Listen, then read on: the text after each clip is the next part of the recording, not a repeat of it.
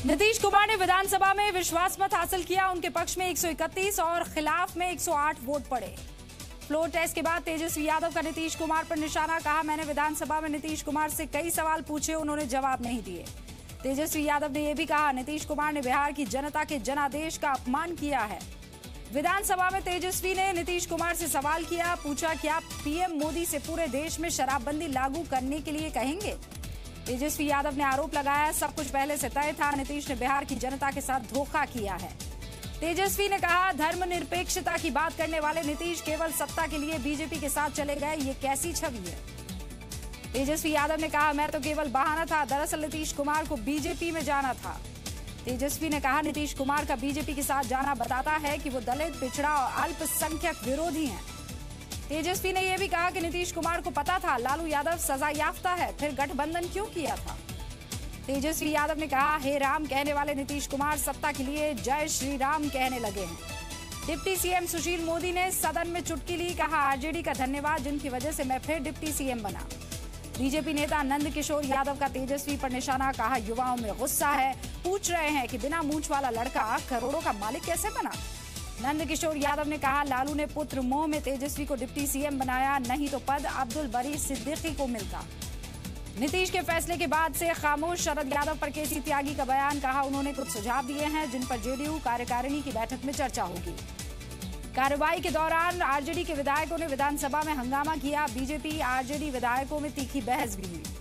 गुजरात कांग्रेस के तीनों विधायकों के पार्टी छोड़ने पर राज्यसभा में हंगामा। कांग्रेस ने सीधे पीएम मोदी पर आरोप लगाए।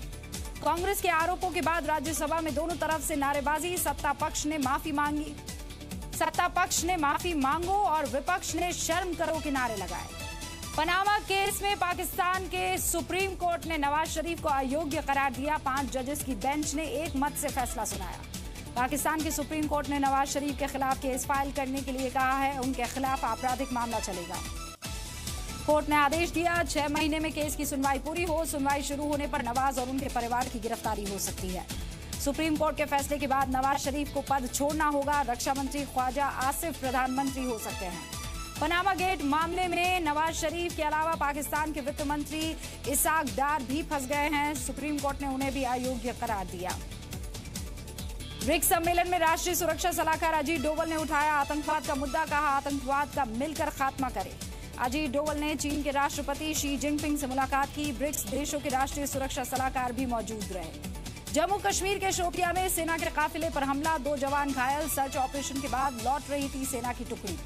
जम्मू कश्मीर के डीजीपी एसपी वैद का बयान। कहा, सुरक्षा बलों को मिल रही कामयाबी की वजह से आतंकी बौखला गए हैं। पुलिस कर्मियों पर हमला इसका जीता जागता सबूत है। एसपी वैद ने कहा, हमारे लिए हर वो व्यक्ति आतंकी है जिसने बंदूक उठाई है, किसी को भी बख्शा नहीं जाएगा। पाकिस्तान के पूर्व राष्ट्रपति परवेज मुशर्रफ का खुलासा। 16 साल पहले भारत पर परमाणु हमले का प्लान बनाया था, लेकिन जवाबी कार्रवाई के डर से टाल दिया गया। मुशर्रफ ने जापान के अखबार को दिए इंटरव्यू में कहा, भारतीय संसद पर आतंकी हमले के बाद मैं कई रात सो नहीं सका था। बीजेपी अध्यक्ष अमित शाह ने राज्यसभा चुनाव के लिए नामांकन भरा। पहली बार राज्यसभा के सदस्य बनेंगे।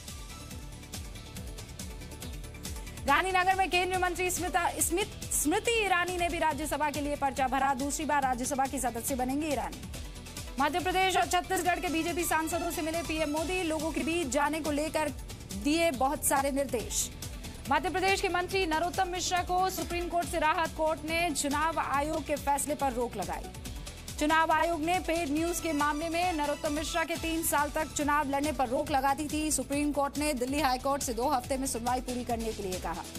जांच के लिए यूपी विधानसभा पहुंची एनआईए की टीम। पिछले दिनों सदन के अंदर मिला था पीईटीएन। तिरुवनंतपुरम में बीजेपी दफ्तर पर हमला, 6 गाड़ियों में की गई तोड़फोड़। सीपीएम कार्यकर्ताओं पर आरोप, जांच की मांग। बेंगलुरु में हिंदी विरोध प्रदर्शन। मेट्रो प्रोजेक्ट में काम कर रहे हिंदी भाषी इंजीनियर्स को हटाने की मांग की। आगरा दिल्ली हाईवे पर बड़ा हादसा, ट्रैक्टर और टैंकर की टक्कर से पेट्रोल टैंकर में आग लगी। 5 लोगों की मौत, 3 दर्जन से ज्यादा लोग घायल। अहमदाबाद के शाहपुर में 2 मंजिला इमारत गिरी। 2 दिन पहले ही खाली कराई गई थी ये इमारत। एमपी के दतिया में बीजेपी पार्षद की गुंडागर्दी। चंदा नहीं देने पर एडीओ को सरेआम पीटा। गंभीर हालत में ग्वालियर रेफर किया गया। मुरैना में वन विभाग की गश्ती दल पर खनन माफिया का हमला। पथराव के बाद फायरिंग करके भागे बदमाश। यूपी के कासगंज में 2 गुटों में झड़प, एक की फायरिंग से मौत, दूसरे युवक की पीट कर हत्या। उधार के पैसे वापस मांगने पर हुआ विवाद, मौके पर डीएम और एसपी पहुंचे। दिल्ली के समरपुर बादली में अज्ञात गाड़ी की टक्कर से एक व्यक्ति की मौत हो गई, ऑटो ड्राइवर ने किया पुलिस को फोन।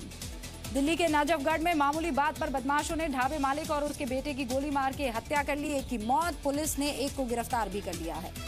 दिल्ली पुलिस की स्पेशल सेल ने 15 अगस्त से पहले हथियारों का जखीरा बरामद किया, 2 लोगों को गिरफ्तार भी किया। गुरुग्राम में मसाज पार्लर की आड़ में सेक्स रैकेट का खुलासा हुआ, 9 लड़कियों के साथ 13 गिरफ्तार। महाराष्ट्र के बारामती में 4 बदमाश गिरफ्तार, पुणे, अहमदनगर और सोलापुर में दर्ज है कई सारे केस। सुप्रीम कोर्ट से स्पाइस जेट को बड़ा झटका लगा है। शेयर ट्रांसफर मामले में सुप्रीम कोर्ट ने रद्द की याचिका, दिल्ली हाईकोर्ट में करना होगा 579 करोड़ का भुगतान। गोल्फ टेस्ट का आज तीसरा दिन, श्रीलंका की पहली पारी 291 रन पर सिमट गई, दूसरी पारी में भारत ने 2 विकेट पर 56 रन बना लिए हैं।